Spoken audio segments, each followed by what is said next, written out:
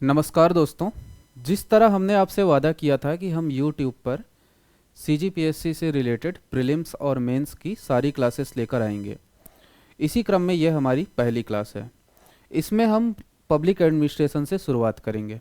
देखिए, public administration और political science मेरा भी सब्जेक्ट है। मैं पॉलिटिकल साइंस में नेट हूँ और पब्लिक एडमिनिस्ट्रेशन में हम बहुत गहराई से पढ़ सकते हैं, लेकिन जिस तरह का ट्रेंड देखने को मिलता है, इस बार भी हमने क्विक नोट्स बना के प्रोवाइड कराई थी मेंस के स्टूडेंट्स को। पब्लिक एडमिनिस्ट्रेशन में बहुत ज़्यादा डीप क्वेश्चन नहीं आते CGPSC में, तो हम बहुत ज़्यादा डीपली नहीं पढ़ेंगे, लेकिन उसके साथ साथ हम इसको आसान भाषा में और थोड़ा सा समझने की कोशिश भी करेंगे कि पब्लिक एडमिनिस्ट्रेशन को रटना ना पड़े, क्योंकि ये एक ऐसा सब्जेक्ट है जिसको अगर आप समझ लिए तो फिर कुछ चीज़ें हैं, कुछ थिंकर्स के नाम बस आपको थोड़ा ध्यान रखने पड़ेंगे, बाकी रटने की किसी चीज़ को ज़रूरत नहीं पड़ेगी। तो आइए शुरू करते हैं। देखिए, सिलेबस में आपके लिखा हुआ है लोक प्रशासन का अर्थ, अर्थ क्षेत्र परिभाषा ऐसे करके लिखा हुआ है, पहली यूनिट है। तो पहले हम देखेंगे लोक प्रशासन का अर्थ क्या होता है, मीनिंग ऑफ पब्लिक एडमिनिस्ट्रेशन। अब ये देखो, ये पब्लिक एडमिनिस्ट्रेशन के कुछ थिंकर हैं, ये फनी वे में इन लोग की, ठीक है। तो देखो भाई, हम लोग तो हर चीज़ को इसी तरह से संधि विच्छेद करके समझने की कोशिश करते हैं, हिंदी भाषी। हाँ, ये एक सवाल है कि इंग्लिश में सर पढ़ाइएगा, ऐसे बहुत सारे कमेंट आ रहे हैं। तो क्लास में हम लोग कोशिश करेंगे बाइलिंगुअल करने की क्लास, और जो हम आपको इसकी नोट्स प्रोवाइड करेंगे वो तो ज़रूर हम बाइलिंगुअल देंगे, मतलब इंग्लिश के लिए अलग से दे देंगे, हिंदी वालों को अलग से। तो उसमें कोई दिक्कत नहीं है, उसमें हम मेहनत करके इंग्लिश के लिए अलग से बुक या नोट्स बनाएंगे, और क्वालिटी नोट्स बनाएंगे, जिससे आपको ये ना लगे कि ये गूगल ट्रांसलेट है। ये कोशिश हमारी रहेगी। क्लास में इस पूरी चीज़ को बाइलिंगुअल करने की हम अब देख रहे हैं कि हम क्या कैसे कर सकते हैं। आप लोग के पास कुछ आइडिया हो तो आप बता दीजिएगा, हम इस पे भी कोशिश करेंगे। फ़िलहाल तो क्लास में जो हम PDF या PPT प्रोवाइड करा रहे हैं वो हिंदी में होगी, और टाइटल कुछ कुछ इंग्लिश में होगा, बाकी समझने में कोई दिक्कत नहीं होगी आपको। तो पहले देखते हैं भाई कि लोक प्रशासन का अर्थ क्या है। तो जिस तरह संधि विच्छेद करके देखते हैं, तो लोक प्रशासन दो शब्दों से मिलकर बना है, लोक और प्रशासन, पब्लिक और एडमिनिस्ट्रेशन। अब इन दोनों शब्दों का अर्थ आप समझ लोगे तो लोक प्रशासन का भी अर्थ समझ लोगे। पहले देखो भाई, पब्लिक या लोक का क्या अर्थ है। तो पब्लिक से तो समझ आ रहा है जनता, है ना। तो ये जनता की ओर संकेत करता है। इसके साथ साथ पब्लिक का मतलब ये भी है राज्य या सरकार। अब भाई, पब्लिक मतलब राज्य कैसा होगा। देखो, दो चीज़ें होती है, एक होती है पब्लिक और एक होती है प्राइवेट, है ना। तो पब्लिक जब किसी चीज़ में, किसी कंपनी में लिखा होता है पब्लिक लिमिटेड या ये कंपनी पब्लिक है, तो इसका ये मतलब है, जैसे रेलवे, तो रेलवे भाई पब्लिक कंपनी है, एक ये क्या है, सरकारी कंपनी है। तो रेलवे किससे संबंधित है, राज्य या सरकार से संबंधित है। वहीं आप देखोगे कि जियो हो गया या फिर अलग अलग बाकी कंपनियां हैं, ये प्राइवेट कंपनियां हैं। तो पब्लिक का एक अर्थ तो होता है जनता, इसका दूसरा अर्थ होता है, पब्लिक से एक चीज़ से जोड़ के देख सकते हो आप, राज्य या सरकार को। तो पब्लिक का अर्थ क्या हो गया, राज्य या सरकार या जनता, ठीक है। अगली बात, एडमिनिस्ट्रेशन। तो एडमिनिस्ट्रेशन का अर्थ होता है, प्रशासन का क्या अर्थ होता है भाई, एडमिनिस्ट्रेशन का अर्थ होता है, ये लैटिन शब्द से निकला है, ठीक है। तो जितने भी इस तरह के कुछ हैं, ये लैटिन या फिर ग्रीक से निकलते हैं, ठीक है। तो लैटिन दो शब्द हैं, एड और मिनिस्टेरे, जिसका अर्थ होता है सेवा देना या फिर प्रबंधन करना, मैनेज करना। तो एडमिनिस्ट्रेशन का अर्थ होता है सेवा देना या प्रबंधन करना। अब दोनों शब्दों को जोड़ दो, तो पब्लिक का अर्थ होता है जनता और एडमिनिस्ट्रेशन का अर्थ होता है सेवा देना। तो जनता की सेवा के लिए जो काम किया जाएगा, या फिर पब्लिक का अर्थ होता है सरकार और एडमिनिस्ट्रेशन का अर्थ होता है सेवा देना या मैनेजमेंट करना। तो सरकार का मैनेजमेंट किस तरह से होगा भाई, सरकार किस तरह से सेवा देगी, इसका ये होता है लोक प्रशासन। तो पब्लिक एडमिनिस्ट्रेशन का अर्थ है जनता की सेवा और सरकारी कार्यों का प्रबंधन। तो पब्लिक एडमिनिस्ट्रेशन का सिंपल अर्थ तो ये हुआ, साधारण अर्थ ये हुआ। जब भी आपसे पूछा जाए तो आप इस तरह से इसको समझा सकते हो। अगली बात, लोक प्रशासन के जब भी अर्थ आपसे पूछा जाए तो चार चीज़ें होती हैं। देखो इस तरह से आप कुछ कुछ जब आप आंसर राइटिंग करो तो कुछ बॉक्सेस बनाओ, तो आप ना एक तो जल्दी जल्दी आपके आंसर हो जाएंगे, और दूसरा जो चेक करने वाला है वो भी प्रभावित होता है ऐसी चीज़ों से। तो लोक प्रशासन का पहली बात है कानून का निष्पादन। तो लोक प्रशासन का अर्थ है कानून का एग्जीक्यूशन, कानून का निष्पादन। दूसरा है सरकारी कार्यों का संचालन, सरकार के कार्य किस तरह से चलते हैं। जैसे हमने देखा कि लोक का मतलब होता है सरकार, और प्रशासन का मतलब होता है कि सेवा देना। तो सरकारी कार्यों का संचालन किस तरह से होगा, या फिर मैनेजमेंट कैसे होगा, नीति निर्माण कैसे होगा, पॉलिसी मेकिंग कैसी होगी, और सेवा का भाव। तो लोक प्रशासन जब भी आता है तो सेवा का भाव, पब्लिक सर्विस, इससे जुड़ जाता है। अब आगे देखते हैं। तो अर्थ तो हमने देख लिया कि लोक प्रशासन को साधारण रूप से कैसे समझा जाए। अब थोड़ी परिभाषा देख लेते हैं, क्योंकि जब आप आंसर लिखोगे, जब क्वेश्चन पूछे जाएंगे तो उसमें कुछ परिभाषाएं देनी होती हैं। तो परिभाषा देखोगे तो पारंपरिक रूप से, मतलब जो ट्रेडिशनल वे में पारंपरिक रूप से जब लोक प्रशासन आया, अब आप देखो लोक प्रशासन आया कब, तो थोड़ा सा हम देखें तो लोक प्रशासन ना 1887 में एक थिंकर हुए जो जिनका नाम है वुड्रो विल्सन। वुड्रो विल्सन एक बुक लिखते हैं स्टडी ऑफ पब्लिक एडमिनिस्ट्रेशन 1887 में, और इस बुक से लोक प्रशासन की शुरुआत मानी जाती है, और इसीलिए वुड्रो विल्सन को लोक प्रशासन का पिता भी माना जाता है, फादर ऑफ पब्लिक एडमिनिस्ट्रेशन है वो। अब वुड्रो विल्सन बाद में अमेरिका के प्रेसिडेंट भी बनते हैं। जब प्रथम विश्व युद्ध के बाद जो पेरिस की संधि होती है वो वुड्रो विल्सन ने की होती है। उन्होंने 14 सूत्री कार्यक्रम भी देते हैं, तो आप लोग वहाँ भी उनको पढ़ते हैं, हम सब वहाँ भी पढ़ते हैं। तो पारंपरिक अर्थ में लोक प्रशासन का अर्थ है सरकारी क्रियाकलापों के प्रबंधन से जोड़ा जाता है। सिंपल है भाई, कि गवर्नमेंट के जो भी अलग अलग फंक्शन हैं उनका मैनेजमेंट कैसे होगा। सरकार ऐसे तो चलती नहीं है, सरकार एक बड़ा तंत्र होती है, सरकार एक बड़ा सिस्टम है। तो उस सिस्टम का मैनेजमेंट कैसे होगा भाई। छोटा सा आप कोई कंपनी खोलोगे तो उसमें आपको मैनेजमेंट करना होता है ना, कि किस तरह से सेल होगी, किस तरह से फिर डिस्ट्रीब्यूशन होगा, पैकेजिंग कैसी होगी, फिर आप उसका तो प्रॉफिट कैसे जनरेट करोगे। तो सरकार इतनी बड़ी है, इतना बड़ा देश चलाती है, उसके लिए भी मैनेजमेंट की तो ज़रूरत पड़ेगी। तो सरकारी क्रियाकलापों का प्रबंधन से जोड़ा जाता था ट्रेडिशनल वे में, कि सरकार के क्रियाकलापों को कैसे हम मैनेज करें। तो मैनेज कैसे करेंगे भाई, योजनाओं का निर्माण कैसे होगा, पॉलिसी मेकिंग, क्रियान्वयन या एग्जीक्यूशन की योजना बनाना बस थोड़ी होता है सरकार में। अब मान लीजिए मनरेगा बना एक योजना, तो भाई जनता तक उस योजना को कैसे लाभ पहुंचेगा, कैसे ग्राउंड लेवल पे उसका एग्जीक्यूशन होगा, ये भी काम होता है। जन सेवाओं का वितरण, जैसे हो गया पीडीएस, पब्लिक डिस्ट्रीब्यूशन सिस्टम, जो चावल देते हैं, अनाज देते हैं, अब ये भी एक जन सेवा है। तो जन सेवाओं का वितरण कैसे होगा, ये सब चीज़ें इसमें शामिल होती थी। किसमें होती थी, ट्रेडिशनल वे में, मतलब पारंपरिक रूप से लोक प्रशासन का ये अर्थ था।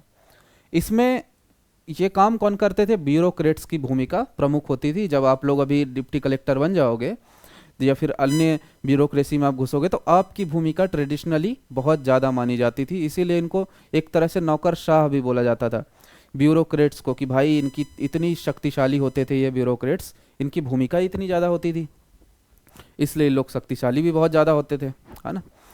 अब आधुनिक दृष्टिकोण क्या है, तो आधुनिक दृष्टिकोण है कि लोक प्रशासन केवल कार्य निष्पादन की प्रक्रिया नहीं है, केवल एग्जीक्यूशन नहीं है पब्लिक एडमिनिस्ट्रेशन, है ना। पब्लिक एडमिनिस्ट्रेशन इससे, बल्कि यह एक ऐसा शासन तंत्र है जो समाज के समुचित विकास, कानून का पालन और लोक कल्याण और सुशासन को सुनिश्चित करता है। तो अब पब्लिक एडमिनिस्ट्रेशन केवल एग्जीक्यूशन मात्र नहीं रह गया है कि सरकार की योजनाओं को कैसे बनाएं और उनको लागू करें। अब पब्लिक एडमिनिस्ट्रेशन बन गया है गुड गवर्नेंस। गुड गवर्नेंस एक अलग से टॉपिक है, गुड गवर्नेंस एक अलग से टॉपिक है आपके सिलेबस में, ये इतना इंपॉर्टेंट चीज़ है। सेकेंड एआरसी, द्वितीय प्रशासनिक सुधार आयोग बना, उसने गुड गवर्नेंस के लिए कई सारे सुझाव दिए। तो गुड गवर्नेंस से हर बार कोई ना कोई क्वेश्चन आता है इससे रिलेट करके, तो इसको हम अलग से पढ़ेंगे। लेकिन आधुनिक दृष्टिकोण में गुड गवर्नेंस या पब्लिक सर्विस अप्रोच को जोड़ दिया गया पब्लिक एडमिनिस्ट्रेशन से। ये हम पढ़ते हुए इसको आगे समझेंगे। अब भाई परिभाषा देख लेते हैं जिसको आपको बताना होता है। तो परिभाषा सबसे पहले तो आप देखो, पहले आदमी जो इसके पिता हैं वुडरो विल्सन, तो मैं इन्हीं की परिभाषा ले आया हूँ सबसे पहले। वुडरो विल्सन सबसे पहले शुरुआत ही इन्हीं से हुई। तो वुडरो विल्सन बोलते थे लोक प्रशासन कानून को क्रियान्वित करने की प्रत्येक क्रिया है। अब इसको ध्यान से समझिए, पढ़ना नहीं पड़ेगा, ये रटना नहीं पड़ेगा। कानून को क्रियान्वित करने की क्रिया लोक प्रशासन है। तो ये केवल एग्जीक्यूशन को जोड़े भाई। एग्जीक्यूशन मतलब ब्यूरोक्रेट्स जो काम करते हैं, जो लोक प्रशासक काम करते हैं, कि कानून को क्रियान्वित करने की प्रत्येक क्रिया लोक प्रशासन है। वुडरो विल्सन सीधा सीधा बोले। तो इस परिभाषा को पढ़ के क्या लग रहा है आपको? इस परिभाषा में प्रशासन को सरकार के क्रियान्वयन पक्ष से जोड़ा गया है ना, एग्जीक्यूशन से जोड़ा गया कि प्रशासन का काम केवल क्या है? सरकार की योजनाओं को क्रियान्वित करना। नीति बनाने के बाद उसे अमल में लाने की पूरी प्रक्रिया को लोक प्रशासन बोला गया कि एग्जीक्यूशन ही लोक प्रशासन है। क्या ये परिभाषा सही है? क्या केवल एग्जीक्यूशन लोक प्रशासन होगा क्या? तो आप लोग को भी लग रहा होगा यार कि केवल एग्जीक्यूशन थोड़ी ना होगा लोक प्रशासन, और अगर केवल एग्जीक्यूशन होता तो हम लोग इतना थोड़ी पढ़ते इसको। तो लोक प्रशासन तो इससे बड़ी चीज़ है। लेकिन वुडरो विल्सन यही मानते थे। डिमॉक एक थिंकर हुए, ये हैं डिमॉक बैठे हुए हैं। तो डिमॉक बोलते थे कि लोक प्रशासन सरकार के क्या और कैसे से संबंधित है। अब देखो डिमॉक इसकी परिभाषा को थोड़ा और ब्रॉड कर रहा है ना, तो आने वाले थिंकर और बड़े करेंगे। तो वो बोल रहा है क्या और कैसे, मतलब क्या मतलब व्हाट एंड हाउ। तो क्या मतलब क्या होता है भाई? नीति निर्माण। मतलब डिमॉक बोल रहा है कि लोक प्रशासन सरकार के क्या, तो क्या मतलब होता है? व्हाट। तो ये होता है पॉलिसी मेकिंग, ठीक है। और कैसे से संबंधित है। कैसे मतलब होता है एग्जीक्यूशन। मैं एग्जांपल से समझाता हूं।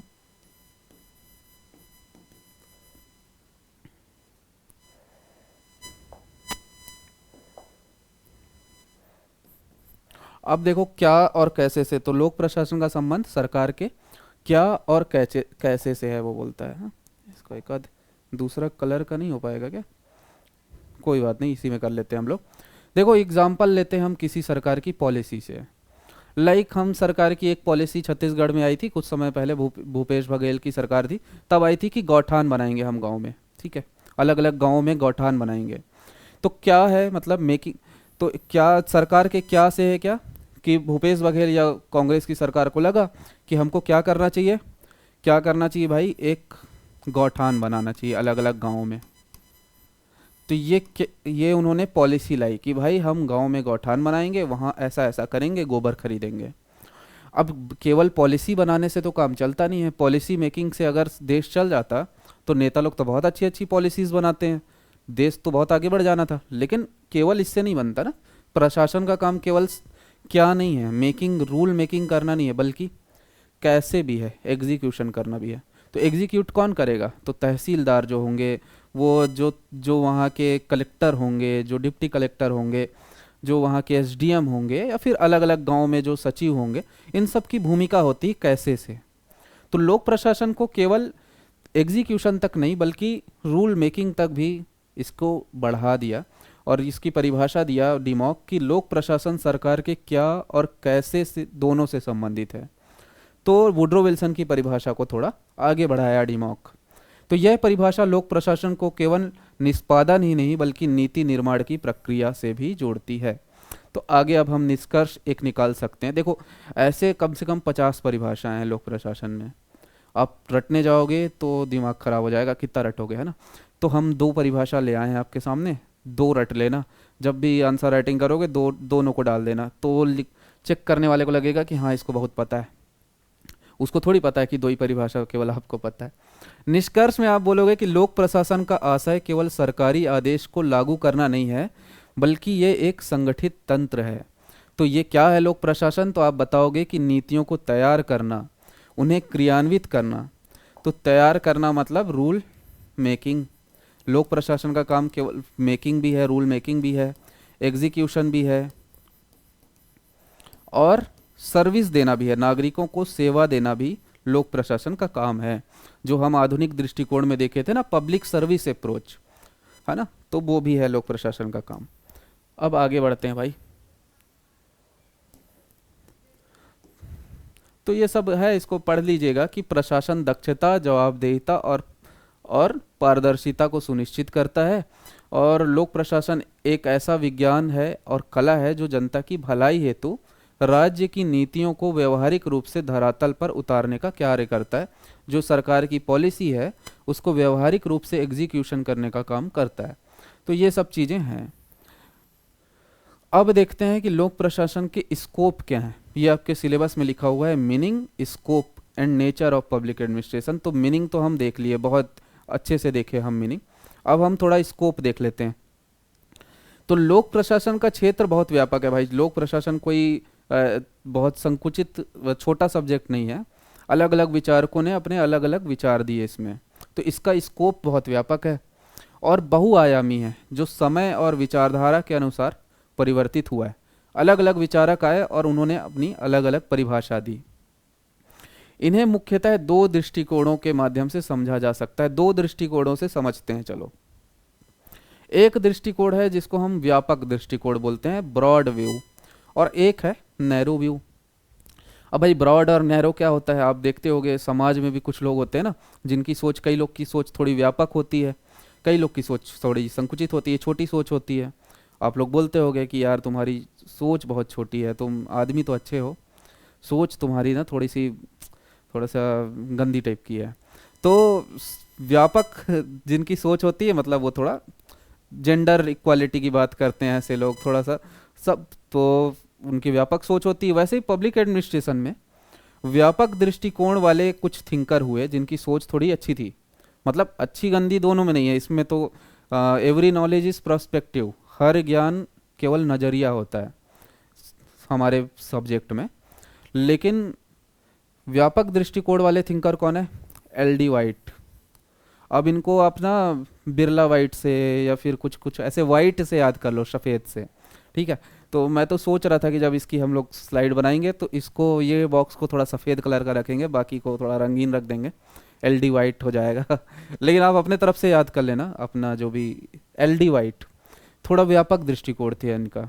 और ये बोलते थे कि भाई लोक प्रशासन किससे संबंधित है? तो लोक प्रशासन कार्यपालिका, विधायिका और न्यायपालिका तीनों से संबंधित है। तो ये बोलते थे कि लोक प्रशासन कार्यपालिका से संबंधित भी है, विधायिका से भी है और न्यायपालिका से भी है। तो जो वाइट थे वो थोड़े व्यापक सोच रखते थे। छोटी सोच वाले कौन है? संकुचित दृष्टिकोण वाले कौन है? तो संकुचित दृष्टिकोण वाले हैं हर्बर्ट साइमन, लूथर गुलिक। तो साइमन तो आपको याद हो ही जाएगा, वो साइमन गो बैक वाला जो साइमन है, 1927 में जो साइमन कमीशन आया था उससे याद कर लो। और गुलिक को गुल्लक उल्लक से याद कर लो, ठीक है। तो छोटा सा गुल्लक है, छोटा सा गुल्लक है संकुचित वाला, ऐसा कुछ याद कर लीजिएगा। संकुचित दृष्टिकोण में ये जो गुलिक हैं और साइमन है, ये बोलते थे कि केवल कार्यपालिका को लोक प्रशासन हम मानेंगे, लोक प्रशासन केवल एग्जीक्यूशन से संबंधित है और कुछ नहीं है भाई, विधायिका न्यायपालिका से रिलेटेड नहीं है, केवल एग्जीक्यूशन से रिलेटेड है, ठीक है। तो ये दो दृष्टिकोण हो गए, आपको तो बिल्कुल आसान लगा होगा, है ना। अगला है, हाँ इसी को अब हम थोड़ा और समझने की कोशिश कर लेते हैं। चलिए, अब मैं बना के ले ही आया हूँ तो समझ लेते हैं। इस दृष्टिकोण के जो संकुचित दृष्टिकोण है, इस दृष्टिकोण के अनुसार लोक प्रशासन केवल कार्यपालिका तक सीमित है, ये तो हम देख ही चुके हैं। ये प्रबंधकीय दृष्टिकोण पर आधारित है। अब ये प्रबंधकीय दृष्टिकोण क्या है भाई, इसको थोड़ा समझते हैं। मैनेजमेंट,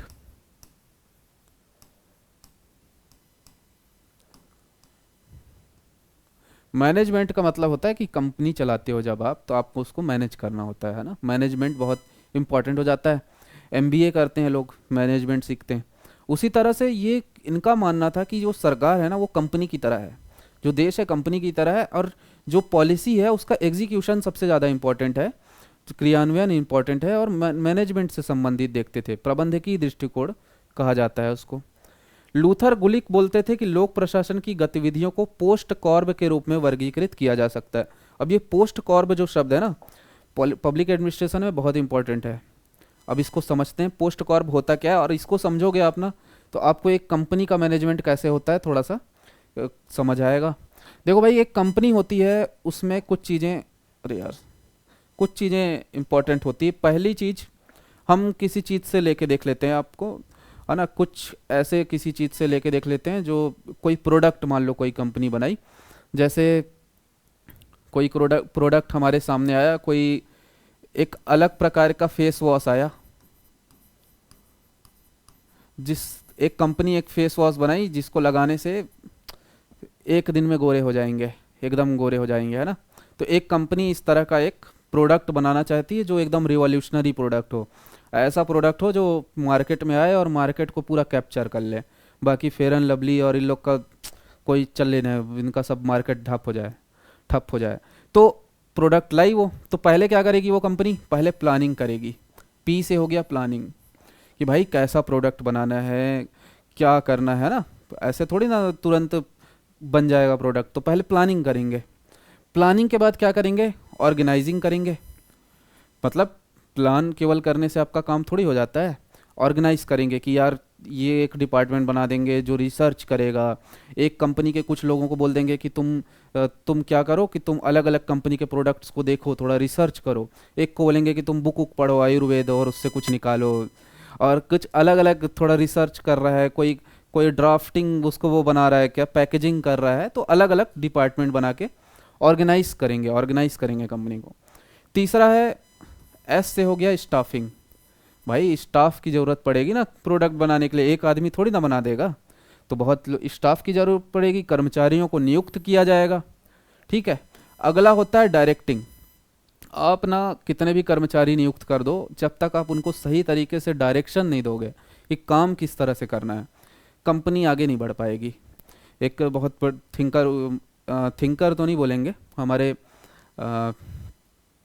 नेपोलियन करके एक फ्रांस में एक वहाँ के राजा हुए, वो वहाँ के सेनापति भी थे। नेपोलियन बोलते थे कि अगर आपका लीडर जो है वो डॉग है और आपकी सेना शेर है, तो पूरी सेना डॉग की तरह लड़ेगी।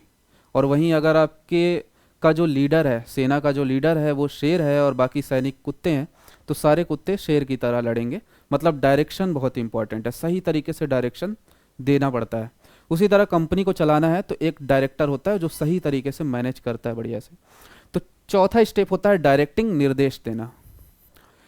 अगला है कोऑर्डिनेटिंग। कोऑर्डिनेटिंग का मतलब क्या होता है भाई, सबको साथ लेके समन्वय करके काम करना। अकेले ये टीम्स गेम है ना, ये 11 लोग जब क्रिकेट के एक साथ कोऑर्डिनेट करते हैं तब टीम जीतती है, एक आदमी से टीम नहीं जीतती। गौतम गंभीर तो बोलता ही है कि एक आदमी ने वर्ल्ड कप नहीं जिताया था, पूरा टीम जिताई थी, है ना, गौतम गंभीर बोलता है, वैसी है। अगला है रिपोर्टिंग, कि रिपोर्ट देना कि भाई इस तरह से काम हो रहा है, इतना पैकेजिंग बना, इतना हुआ। तो रिपोर्टिंग, सही तरीके से कम्युनिकेशन होना चाहिए कंपनी में। अगर कम्युनिकेशन गैप क्रिएट हो जाएगा, ये व्यक्तिगत जीवन में और कंपनी में दोनों जगह इंपॉर्टेंट होता है कि सही तरीके से रिपोर्टिंग करना चाहिए, कम्युनिकेशन होना चाहिए। और आखिरी और सबसे इम्पॉर्टेंट, बजटिंग। बिना पैसा के कुछ होना नहीं है, कितना भी प्लानिंग कर लो, कितना भी कोऑर्डिनेशन कर लो, पैसा नहीं है तो कंपनी डूब जाएगी। तो ये चीज़ें हैं, कितना हो गया भाई, 1 2 3 4 5 6 7, ये 7 चीज़ें होती हैं तो कंपनी चलती हैं। अब इन्हीं 7 चीज़ों को आप कहाँ डाल दो, लोक प्रशासन में।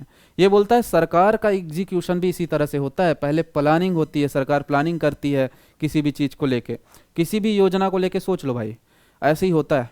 प्लानिंग होती है, फिर ऑर्गेनाइजिंग होती है, नियुक्ति की जाती है कर्मचारियों के लिए। आप लोग की नियुक्ति हो रही ना अभी अलग अलग पदों पे, जो निकला है छत्तीसगढ़ में वैकेंसीज, तो वो नियुक्ति इसीलिए हो रही है, स्टाफिंग बोल रहे हैं उसको। डायरेक्टिंग, कोऑर्डिनेटिंग, रिपोर्टिंग और अंत में बजटिंग। तो बोलता है लूथर गुलिक कि ऐसे ही चलता है लोक प्रशासन। तो लोक प्रशासन और कुछ नहीं बल्कि पोस्ट कॉर्प की तरह चलता है, और ये जो है केवल एग्जीक्यूशन से संबंधित है। ठीक है। अब व्यापक दृष्टिकोण देख लेते हैं, वो है हमारे वाइट साहब, एलडी वाइट। एलडी वाइट बोलते थे कि लोक प्रशासन को सरकार के तीनों अंगों से संबंधित है, विधायिका नीति निर्माण, कार्यपालिका नीतियों का क्रियान्वयन, और न्यायपालिका का काम है नीतियों की व्याख्या करना या फिर न्याय देना। अगर कोई पॉलिसीज को तोड़ रहा है तो उसको सजा देना, किसी की के साथ गलत हो रहा है तो उसको न्याय देना। इस दृष्टिकोण में जन सेवा, न्याय वितरण, नीति निर्माण, बहुत सारी चीज़ें जोड़ दी गई। तो ये थोड़ा इनका जो दृष्टिकोण था एल डी वाइट का, ये व्यापक दृष्टिकोण था, है ना। अब हम अगले टॉपिक पे आते हैं, लोक प्रशासन की प्रकृति। तो लोक प्रशासन का नेचर कैसा है? अब भाई हर किसी का एक नेचर होता है ना। किसी का नेचर, जैसे इंसानों का नेचर होता है कि कोई बहुत ज़्यादा जल्दी रूड हो जाता है, रूड होता है किसी का नेचर, कोई गुस्सा हो जाता है, कोई फनी होता है। उसी तरह से लोक प्रशासन का क्या नेचर होगा, इस पर भी विचारकों में एक मत नहीं है, इसमें भी बहस होती रहती है। पहला दृष्टिकोण है कि भाई लोक प्रशासन को विज्ञान माना जाए कि कला माना जाए। अब देखो ये इतनी सी बात में लड़ रहे हैं दो लोग। तो विज्ञान मानने वाले तो हमारे वही हैं, वुडरो विल्सन साहब।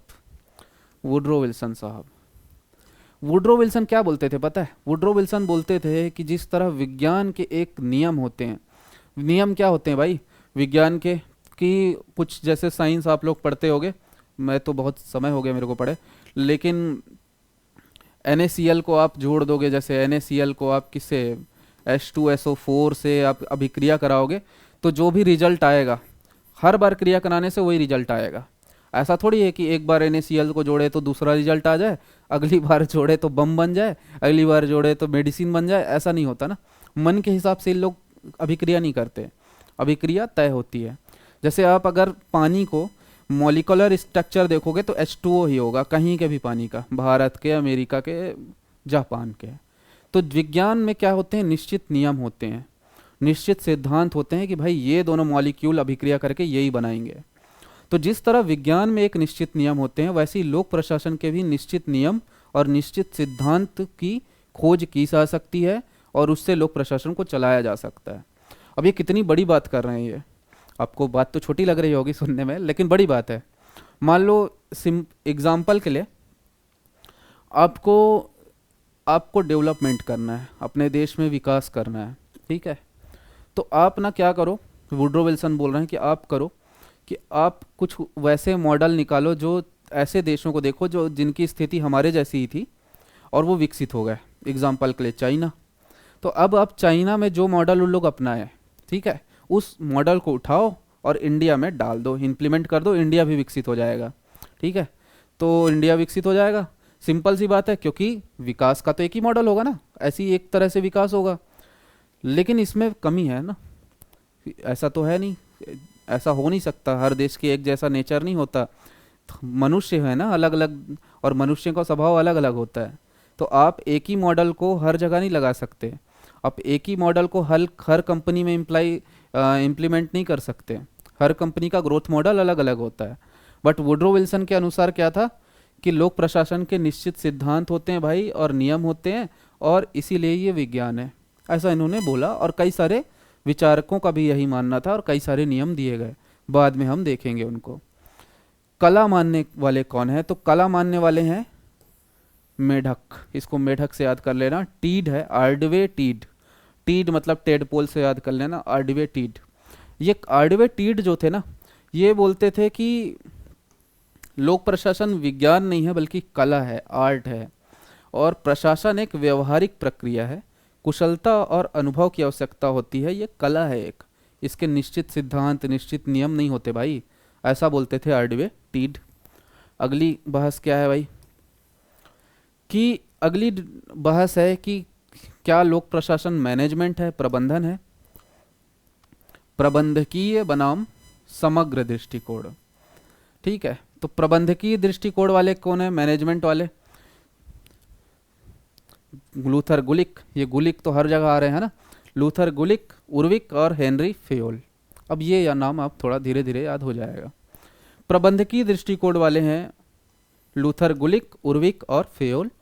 ये बोलते थे कि भाई ये लोक प्रशासन जो है ना, शीर्ष प्रबंधन के लिए बना हुआ है, सीईओस के लिए, कि कंपनी के जो शीर्ष प्रबंधक हैं, मतलब आप इस तरह का हायरार्की बनाओगे तो यहाँ पे रहते हैं शीर्ष, तो शीर्ष प्रबंधक के लिए बना है लोक प्रशासन, ठीक है। और ये बोलते थे कि पोस्ट कॉर्ब, मतलब हम अभी पोस्ट कॉर्ब देख लिए हैं, पोस्ट कॉर्ब की तरह चलता है लोक प्रशासन, इसी तरह से प्रशासन चलता है। समग्र दृष्टिकोण वाले कौन है? L D white. और एलडी वाइट बोलते थे कि सभी स्तरों के कर्मचारियों में लोक प्रशासन होता है, सभी स्तरों के कर्मचारियों को हमको देखना चाहिए। तो ये पूरे शीर्ष, केवल शीर्ष नहीं बल्कि पूरे जो हायरार्की है, पूरा सिस्टम है, सभी स्तर हैं, उनके कर्मचारियों को देखते हैं।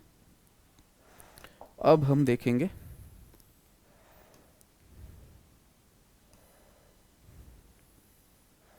अब निष्कर्ष। देखो, आप जब भी आंसर लिखोगे तो कुछ ना कुछ कंक्लूजन पे जाओगे, तो थोड़ा सा कंक्लूजन देख लेते हैं हम कि लोक प्रशासन का क्षेत्र समय के साथ विकसित हुआ है। लोक प्रशासन हमेशा एक जैसा नहीं था, अलग अलग समय में प्रशासन के अलग अलग रूप हमको देखने को मिले हैं।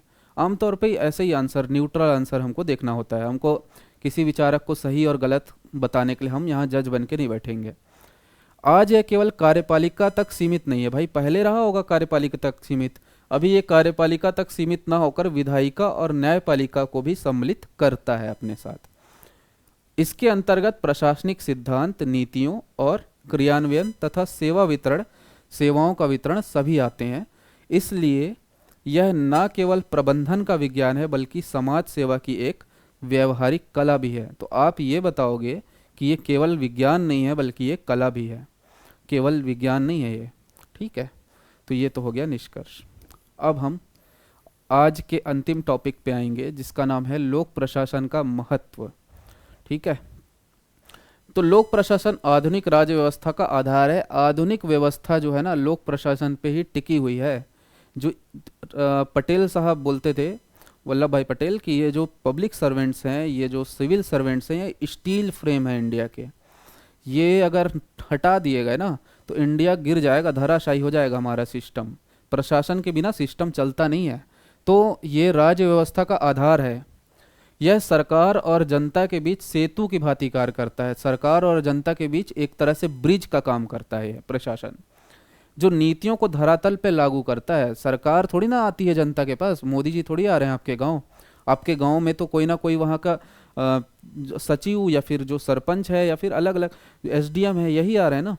तो जन कल्याण सुनिश्चित करता है ये। और इसको महत्व को समझना है तो आप कुछ देखो, ये मैं इस तरह का बना लिया हूँ, इसको अभी और डिटेल में बताऊंगा। पहली चीज, ये सुशासन सुनिश्चित करता है भाई। महत्व ये है कि गुड गवर्नेंस सुनिश्चित करने का काम प्रशासन का है, लोक प्रशासन का। नीतियों का क्रियान्वयन करता है। केवल नीतियां बनाने से काम थोड़ी चलेगा।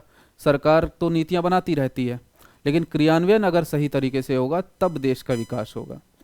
लोकतंत्र की सफलता, लोकतंत्र की सफलता नेताओं में केवल नहीं है बल्कि प्रशासक उसके लिए जिम्मेदार है, प्रशासन उसके लिए जिम्मेदार है। अगर प्रशासन भ्रष्ट हो जाएगा तो देश में क्रांति हो जाएगी। और कई देशों में आप इस तरह की क्रांति देखोगे। लिबिया हो गया, लेबनान हो गया, जो अरब स्प्रिंग आपको देखने को मिलेगी 1970, 80, 90 के बाद, जो 2010 के समय आपको देखने को मिली अरब स्प्रिंग। तो अरब स्प्रिंग जब आपको देखने को मिलेगी तो आप जब उसको पढ़ेंगे तो आपको पता चलेगा कि ये केवल प्रशासन की विफलता के कारण हुआ, कि बहुत ज़्यादा भ्रष्ट हो रहे थे वहाँ के प्रशासक।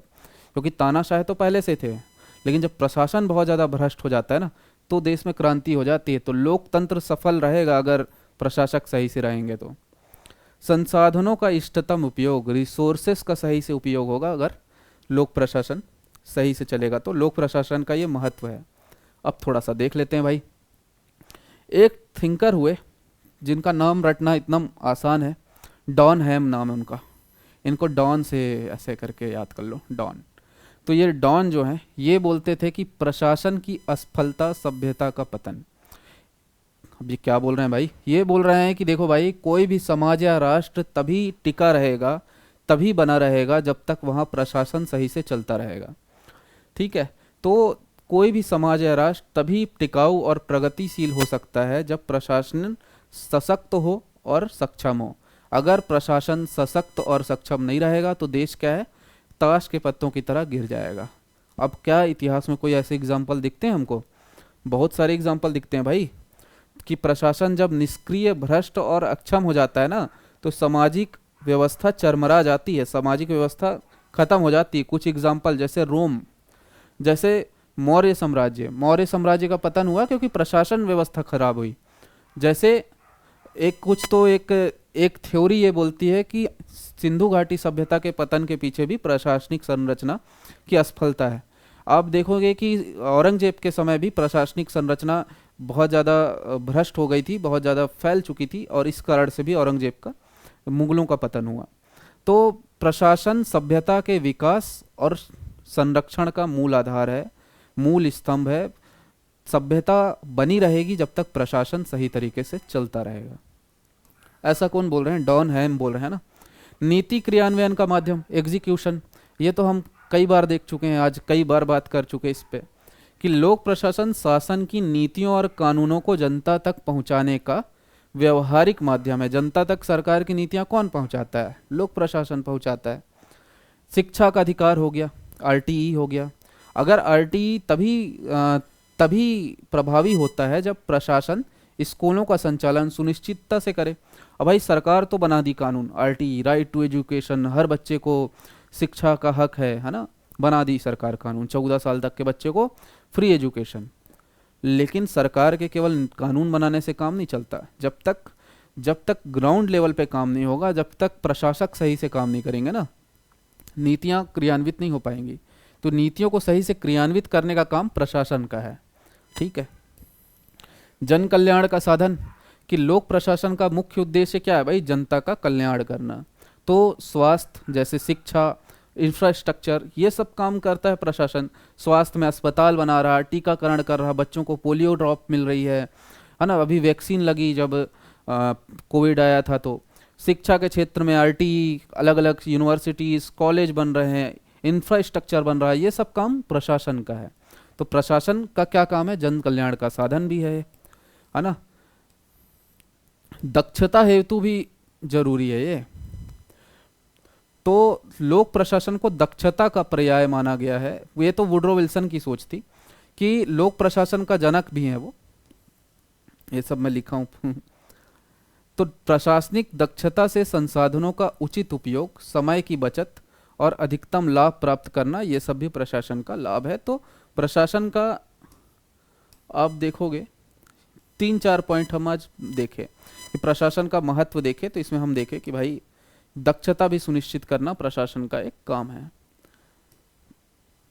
निष्कर्ष में फिर से हम लेके आए, तो निष्कर्ष में आप बोलोगे कि लोक प्रशासन केवल सरकारी कामकाज का हिस्सा नहीं है, बल्कि राष्ट्र निर्माण, लोकतंत्र की सफलता और नागरिकों के जीवन स्तर को सुधारने का मुख्य आधार है। यह नीतियों को क्रियान्वयन में बदलता है और सेवाएं पहुंचाता है। तो केवल ये लोक प्रशासन केवल सरकारी कामकाज का हिस्सा नहीं, बल्कि राष्ट्र और लोकतंत्र को मजबूत भी करता है। लोकतंत्र और राष्ट्र तभी सफल होंगे जब प्रशासन सफल होगा, और शायद इसीलिए हमारे सिलेबस में इस सब्जेक्ट को जोड़ा भी गया है। तो आज की क्लास के लिए इतना ही। ये पहला टॉपिक था हमारा, और आने वाली क्लास में हम बाकी टॉपिक्स को करेंगे। रोज़ हमारी क्लास होगी, संडे बस ऑफ रहेगा।